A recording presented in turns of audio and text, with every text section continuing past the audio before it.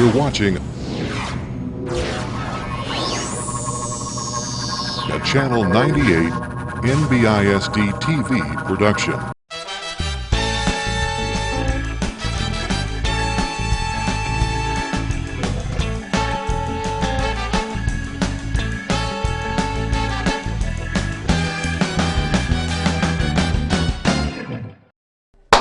Welcome to Deja Vu, it's Algebra 2. As always, I'm your spiffy host, Kevin Corpy. Today we got lesson 17 that's coming right at you. And we're going to be talking about a brand new type of function today. We've been working with polynomials, it seems like, forever. We're going to move on past those today. We're going to be talking about exponential functions today. All right? So you don't want to miss it. Download the worksheets from the district website and join me for about 30 minutes or so and learn about exponential functions. Guarantee you'll like it. All right, lesson 17, it's going to be all about exponential functions. To kind of get you used to what an exponential function is, or something that grows exponentially, think of cell division. I'm talking about mitosis combined with cytokinesis. That's when one cell divides and becomes two. And then each of those cells then, in turn, divide to become two. And then each of those divide to become two. So each time there's a duplication, the population of cells is going to double. It's a factor of 2 each time.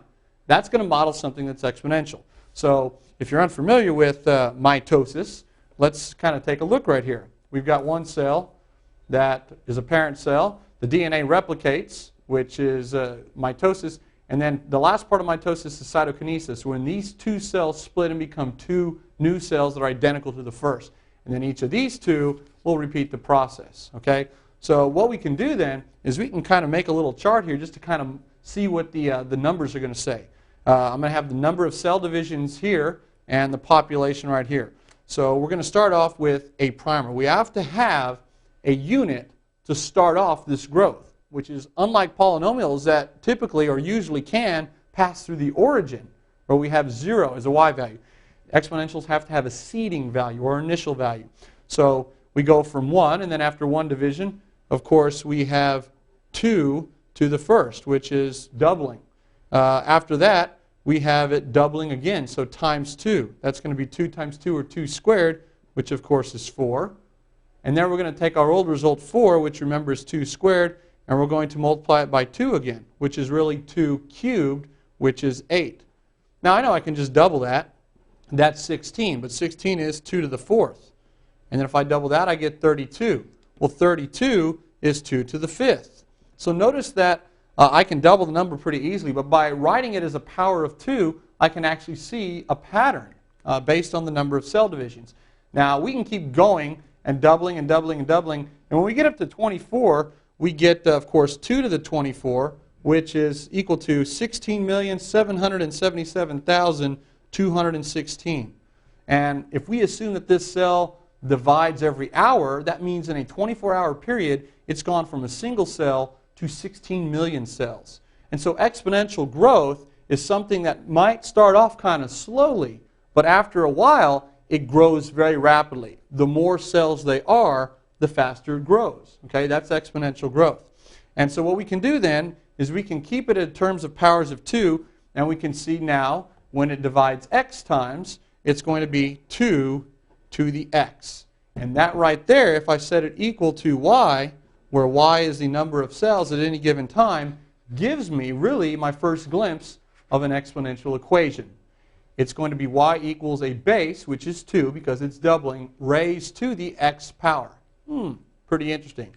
Now, if we look at a graph of what we just did by a table, these little dots right here, this is a scatter plot created with your TI-83. These represents the points that we actually put down. If we graph in y1 the equation that I had, y equals 2 to the x, we get this curve that passes through these points precisely, but it also fills in all the points in between through a continuum. And the point 1, 2, 3, 4 is right here at 16. So that's the population after the 4th division. But you can see up here the equation is 2 to the x. Okay, so this is what the graph looks like. The y-intercept was 1, that was the initial value, and you can see as we go out to the right, it increases at an increasing rate. Okay? The more we have, the faster it grows. Now, because the population did increase by a constant ratio, or in this case a constant factor of 2, we say that it grows exponentially. And that's one of the key characteristics of exponential growth. It increases by a set factor or a set percentage or a set ratio. Okay? We say then that the 2 to the x is an example of an exponential growth function because the y values are getting bigger. In this case, the number of cells is increasing. There is such thing as an exponential decay function, where decay implies that the function's decreasing or getting smaller. Now, as I mentioned earlier, the rate of change of the population of cells is directly proportional to the number of cells we currently have. What that simply means is the more cells they are, the faster the population grows. And that's another key characteristic of an exponential growth function. All right? So in general, we can categorize an exponential function in this form. We say f of x equals a times b, the base, raised to the x power. Now let's look at that a little bit more closely, the anatomy of an exponential function and how it's actually different from what we're used to seeing on the previous episodes, polynomials. Okay? A is going to be our y-intercept, essentially. It's our seeding value. It's the initial value when x is 0. Because if you plugged in a 0 for x, b to the 0, it's 1. And we get our value of a. Okay? B is the base. That's going to determine how fast the graph grows. In the last case, where we looked at cell division, it was doubling every time, so the base was 2. Okay? Now, for exponential functions, we are going to limit our base to positive values of b. We can't have a negative base raised to a power. If you tried it on your calculator, you'll see that your calculator will betray you. Okay? And it has to do with the infinite number of real numbers that it's trying to jump back and forth across the x-axis. That's a whole other show. We also don't want b to be 1, because if you raise 1 to any power, it's just going to be 1, so it doesn't grow at all. So really, we have two ranges that b can take on, values between 0 and 1, or values greater than 1. You're going to see here in just a second what type of functions each of those would give us. Now, the key ingredient in an exponential equation is where your variable resides, where it lives. If you remember in polynomial land, we had like x squared, x to the second power. The variable was the base, and the number was the power, or the exponent. Well, in an exponential function, the variable x is not the base, it's actually the exponent. Okay? And that is very important. So whenever your variable is the exponent, you have an exponential equation, which in the long term will grow faster for larger values of x than any possible polynomial equation. So it's kind of the king of growth in terms of relating polynomials to exponentials, which is good when you're talking about perhaps money, because money is one of the things that grows exponentially. It's not so good if you're talking about bacteria populations growing in your knee, which I unfortunately experienced several years ago. So exponential growth can be a good thing or a bad thing. Okay, let me demonstrate what I mean by the different values of b. Let's take a look at this graph here on the left. It's of the form y equals a times b to the x. If I zoom in here, you'll see that the equation is y equals 100. That's our a, so that's going to be our y-intercept. And 0.5 is less than 1 to the x power. Now, because the base is between 0 and 1, if you graph it, it's going to look like this. Notice the y-intercept right here is 100. Your graph is going to be decreasing. So anytime you have a base that's between 0 and 1, you're going to have an exponential decay function. Now notice as it decreases by a factor, by a ratio. It doesn't decrease the same amount every time, but it does decrease by the same factor, which means the less or the smaller the y value is, the less it loses. Okay? And we're going to look at an example of that, the implication of that at the end of the show. If we look at this equation here, it's 1 times 2 to the x. This is the equation we looked at with the mitosis example. The base is 2. Things are doubling each time. And that was an exponential growth. So if the base is greater than 1 by any amount, then it's going to be an increasing function. Okay? And we call it exponential growth. So between 0 and 1, we have exponential decay, getting smaller from left to right. And greater than 1, we're going to have exponential growth, getting bigger. Okay?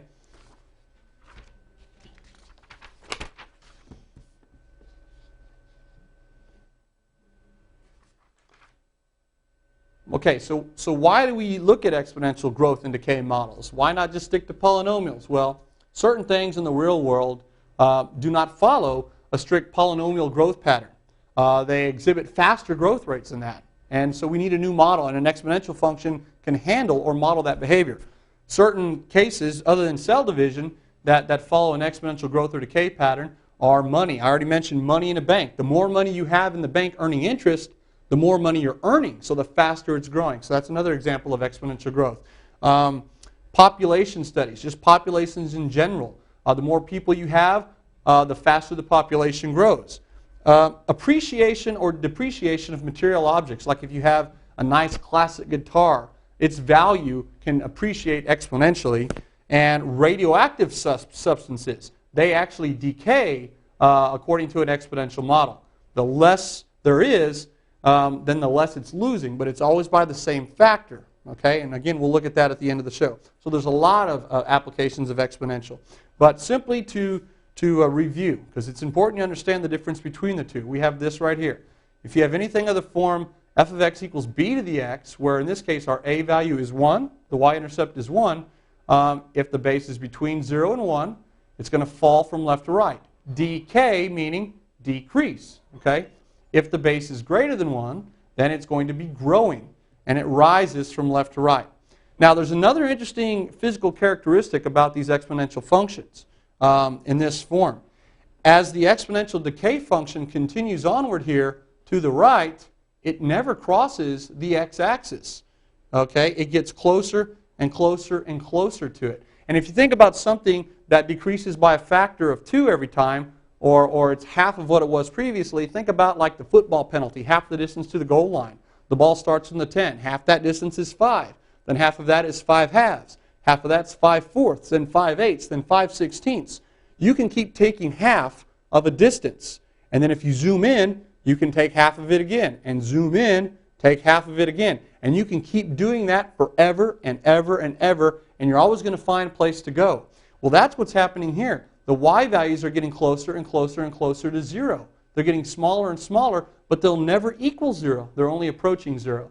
And anytime we have a graphical object where a graph will tend towards a value but never reach it, or we know where it's heading in the long run, we say there's an asymptote there. And so every exponential function has what's called a horizontal asymptote. And in the standard form a times b to the x, it's always at y equals 0, which is simply the x-axis. Okay? For an exponential decay, as we go out to the right, it'll approach it. And if we're looking at exponential growth, it's actually coming from the x-axis, and then it increases without bound. So there's really two different things going on at the ends. On one side, it's always approaching 0, and on the other side, it's always increasing to infinity. Okay? And again, the y-intercept is always going to be a, and in this case, it's 1. So it's important to understand the basic characteristics and properties of all exponential functions, and whether it's a growth or decay. Got it? All right, let's take a real quick break, but don't go away. Sit tight, because we're going to be right back. And while you're gone, think about this. Why can't you say 288 in public? Why not? The answer when you get back. The odds of a child being struck by lightning? 1 in 600,000. The odds of a child being diagnosed with autism? 1 in 150. To learn the signs of autism, go to autismspeaks.org. Hey, welcome back to Deja Vu. It's Algebra 2. As always, I'm your host, Kevin Corpy, talking to you today about exponential functions. All right, did you think about why you can't say 288 in public, or maybe even not on the air? I hope I can get away with it. Well, it's because 288 is too gross. If you don't know what that means, 1 gross is 144. Okay, yeah. That joke doesn't work if you have to explain the punchline. Anyway, let's get back to something that I can explain that you'll understand. Exponential functions. Okay, now usually when we're looking at exponential growth or decay functions and we're applying them to the real world, we're going to change the letters up a little bit. Instead of just calling it x's and y's, whatever we're measuring on the y-axis, we can call it p for population, a for amount at any given time. But usually our independent variable, not always, usually our independent variable is time. Okay, we're looking how things grow or decay over time. So a very reasonable variable in place of x would be t for time. Okay, and we can use a for amount. And in this case, I wrote it in function notation. A of t is a, our initial value, or seeding value, or y-intercept, times b the base to the t power. Okay? Let's look at an application of something that's growing exponentially. A little bit of history here. In 1626, the Dutch, they actually bought Manhattan Island, current-day Manhattan Island, in New York. They bought it from the Algonquin Indians for the bargain basement price of $24 for the whole island. Trees, grass, everything included. That was a steal, okay? They didn't trade it in money, they traded it with merchandise, okay, the barter system. But it added up to $24 in 1626, okay?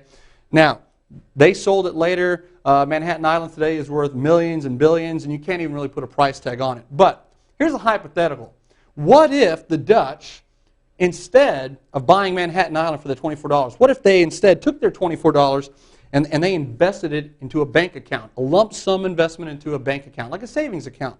And let's say that that savings account earned 3.5% interest every year, okay? And we'll say that it was compounded once a year. That means once a year, the bank went in and said, how much money do you have? We're going to give you an additional 3.5% of what you have in there, and we're going to add it right back to your account, okay? Well, that's going to be exponential growth, because the more money that's in the account, the faster it'll grow. What we want to know is, had they invested that way back in 1626, which I'm going to reference as t equals 0, what would it be worth today in 2008? Okay? Well, that's going to correspond to about 382 years later. Again, let's look at the pattern here. We have as our independent variable t in years after 1626. So the year 0 does correspond with 1626. Year 1 would be 1627, so on and so forth. And we're going to look at the amount of dollars after those years. Okay? Well, the first year, the money in the account was 24. They put their $24 in their account, and they walked away. And all they're going to do is come back every year and watch it grow. Well, here's what the bank's going to do. They're going to give them 100% of what was in there before, 24, plus 3.5%. So we could say that the new balance is going to be 24, the initial amount, times 1, that's 100% as a decimal, plus the additional amount, which is the growth rate of 3.5%, which is 0.035 as a decimal. Okay, and let me zoom in here a little bit so you can see that. So 24 times 1.035 essentially. Okay, so the 1 gives them everything they had in there before. The 0.035 is the new additional money that they're earning. And that comes out to be not much, $24.84. So that first year, they only made 84 cents on their investment for a whole year of sitting it out. Okay, hardly seems worth it. But the time value of money here is what's important. Okay, if you can sit back and you can let your investment grow, okay, it's going to grow very slowly at first, which will be frustrating. But in the later years, the longer you can wait, the more money it'll gain because it grows by a common factor. So it's like doubling your money every time, okay? Let's go ahead and look what's going to happen the next year. Well, the next year, the bank comes in and they see 2484, which I'm going to write as 24 times 1.035. Remember, that's what it's equal to. And they're going to give them 1.035 times that amount. Again, 1 gives them everything that's in there, and the 0.035 is the new amount. So that's going to be 1.035 squared. We're multiplying by it again. And that comes out to be $25.71. So in 2 years, look at that. They've made $1.71 for doing nothing. Again, hardly worth it, right? But if you continue going all the way down, and we'll see the pattern here. It's 24 times 1.035 cubed, because we've got to multiply by 1.035 again. That gives them $26.61. The next time will be 24 times 1.035 times 1.035 again, so that makes it to the fourth power. We got 27.54. Still not growing very rapidly. Okay, but you could see the pattern here. 4 years, it's basically 1.035, which is greater than 1. That's our base, so it's growing. And so we can get a model down here. In year t, the amount is going to be 24, the initial amount of the investment, times the base, 1.035, to the t power. And we can set that equal to a. That's the amount at any given time. That is an exponential model, okay? And notice it fits the formula. The amount is a, the initial amount, times the base, growth, greater than 1, to the t power. Okay, so now what we can do is this. The year 2008 corresponds to a t value of 2008 minus 1626, gives us 382. So what I can do is I can take my model, a of t equals 24 times 1.035 to the t power, and I can plug in 382 in place of t. And watch what happens. A of 382 is 24 times 1.035 to the 382nd power. Well, that's going to be a large number. You can find that on your calculator. You could graph this in Y1 and go to your table and punch in a 382, or since we've plugged it in, you can type that directly into your calculator. But that comes out to this number right here. 1, 2, 2, 2, 9, 9, 5, 5, 0.10, which if you add your commas, you'll see is $12 million, $229,955 and a dime. Okay, so just waiting 382 years, it grew very slowly at first, but they'd have over $12 million today. Now, did Manhattan Island appreciate faster than their account would at 3.5%? Probably so. But notice that they put this $24 in the account, they walk away, they never do anything else with it. Okay, so it grows very quickly, slowly at first, rapidly there towards the end. Time value of money. Okay, now it's time for Deja Review. Yeah, Deja Review. Here we go. We're going to talk about exponential decay. And one of the most important or most useful applications of exponential decay is radioactive decay. And specifically, we're going to talk about carbon-14 dating. I know you've probably heard about it. You've got some old object that's been found, and scientists have magically been able to determine approximately how old it is. Well, how in the heck do they do that? Well, let me briefly explain carbon-14 dating. Carbon-14 is a radioactive isotope of the carbon-12 atom. It's actually a nitrogen-14 atom that has 7 protons and 7 neutrons in the nucleus. Now, when that nitrogen-14 atom hits radioactive rays in the atmosphere, it loses a proton, okay, which means now it has 6 protons in the nucleus and 7 neutrons. That makes it a carbon atom, but it's still a carbon-14 isotope atom. It's radioactive, okay? It's not stable. Now, that is used by plants. Plants absorb that carbon-14 isotope. And then animals or humans that eat the plants that absorb the carbon-14 also ingest the carbon-14. Now, every living organism has also carbon-12 in them. And carbon-12 is very stable. It does not decompose. And so what scientists are able to do is they can look at the ratio. If they know how much carbon-14 isotope a living object once had, they can measure that against the ratio of how much it currently has. And because carbon-14 has what's called a known half-life, that means it decreases by half of what it previously was, or a specific number of years. And we know what that is. We can actually determine how old an object is. Okay? So a little piece of science there, but it's a fascinating application of exponential decay. So let's look at this application. The half-life of carbon-14, which I said is a radioactive carbon isotope, is about 5,730 years. That means every 5,730 years, roughly, the carbon-14 isotope loses half of its mass. So if it started out as maybe 10 grams, almost 6,000 years later, it's down to 5. So it lost 5. But over the next 5,730 years, it loses half of that, which is now half of 5, or 2.5. So notice it lost 5 at first. Now it's only losing 2.5. So it's losing not the same amount, but by the same factor. Got it? All right.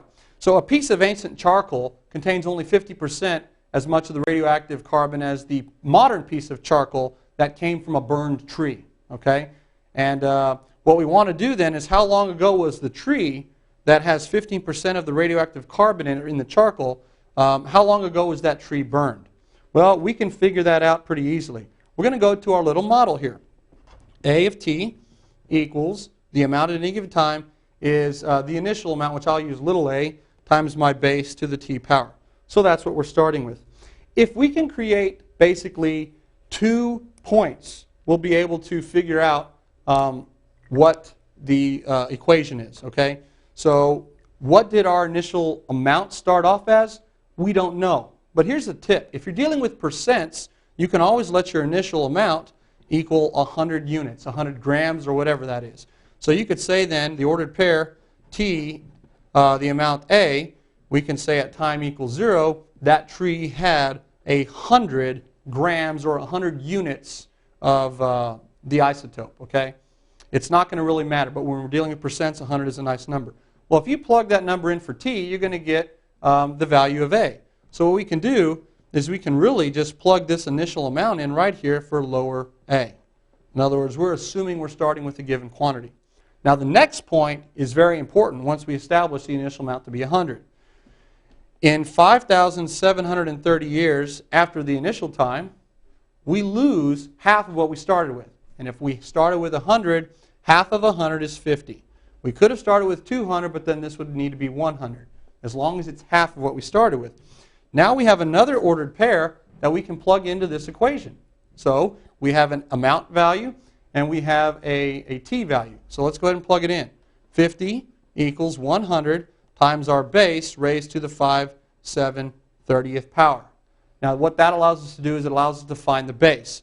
If we divide through by 100, I get 50 divided by 100, which is 1/2 equals the base to the 5/7/30th power.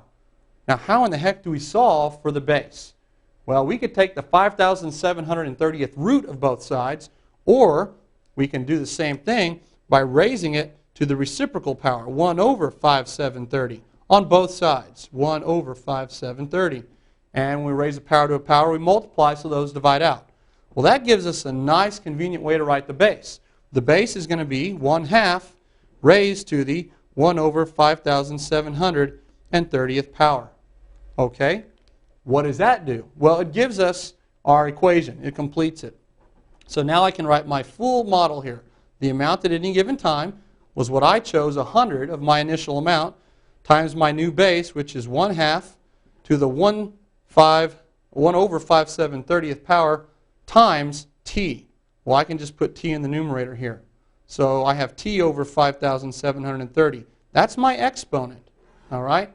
And those are big numbers, but they're exact. And so now the way we can use this is I can plug in any number of years for t and find the amount at any given time, or if I know the amount, I can plug it in here and solve for t. Well, here's what we know.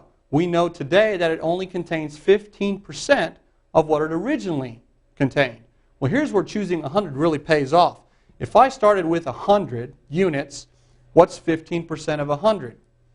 15, okay? So it's going to be a real easy thing to figure out. So I'll let my amount now, in today's day and age, be 15. And the rest of the equation stays the same. Times 1/2 to the t divided by 5/730. Now what I have to do is I have to solve for t. Well, this is an exponential equation. And we haven't discussed the algebraic methods for solving this yet. But that's where the power of the calculator can come in. I can graph this right side in y1 on my graphing screen. I can graph the left side in y2. And then I have two equations, and I'm looking to see where they're equal. That's going to be the point of intersection. We're measuring time on the x-axis. So I went from 0 to 60,000 years. I went way out there. And I turned my scale to 0. My y-min, I put it at -30 so I could see the x-axis. And my y-max, I put it to 100. Remember, that's what we were starting with. And we're decaying from there. So we get this graph right here if we graph it simultaneously with the number 15. This horizontal line is y equals 15. Okay? And if you hit second trace, number 5 on your calculator, you'll get this point of intersection. Here's our exponential decaying curve that we came up with. Here's where it intersects. It intersects at x equals 15682.81. That's years. So we can put our comma in there. And now we can say that the tree that was burned, that produced this charcoal, was burned approximately 15,682 or 83 years ago.